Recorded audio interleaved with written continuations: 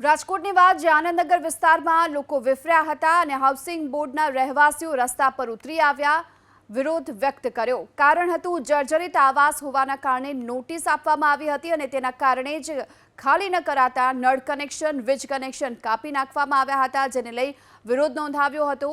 રહીશો રસ્તા પર ઉતરી આવ્યા હતા, ચક્કાજામ પણ કર્યો અને તેને લઈ ભક્તિનગર પોલીસ ઘટના સ્થળ પર પહોંચી હતી અને પોલીસે આ સમગ્ર મામલો થાળે પાડ્યો છે। હાઉસિંગ બોર્ડના રહેવાસીઓએ રસ્તા પર વિરોધ કર્યો, નળ અને વીજ કનેક્શન કાપી નાખવામાં આવ્યા હતા, તેને લઈ લોકોએ ભારે વિરોધ નોંધાવ્યો।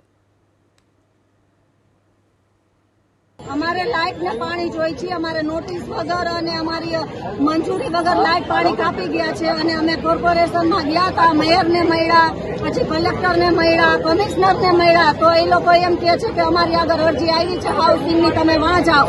મેયરે કીધું તમે કમિશનર આગળ જાઓ, કમિશનરે એમ કીધું તમે કલેક્ટર આગળ જાઓ। અમને ધક્કા ખવડાવે છે, મારો છોકરો વર્ષનો છે, આજે અંધારામાં રહ્યો છે। જ્યાં સુધી માંગ નહીં પૂરી થાય, લાઇટ પાણી નહીં આપે ત્યાં સુધી અમે રોડ ઉપર અનશન ઉપર છીએ। અમે અત્યારે અમારી એ માંગ છે, અમારી મંજૂરી કેમ ન લીધી તમે લોકો? અમે સૂતા હતા ત્યારે કાપી ગયા છે। બસ માંગ એટલી છે કે અમારી લાઇટ કનેક્શન અને પાણી કનેક્શન કાપી નાખ્યું છે।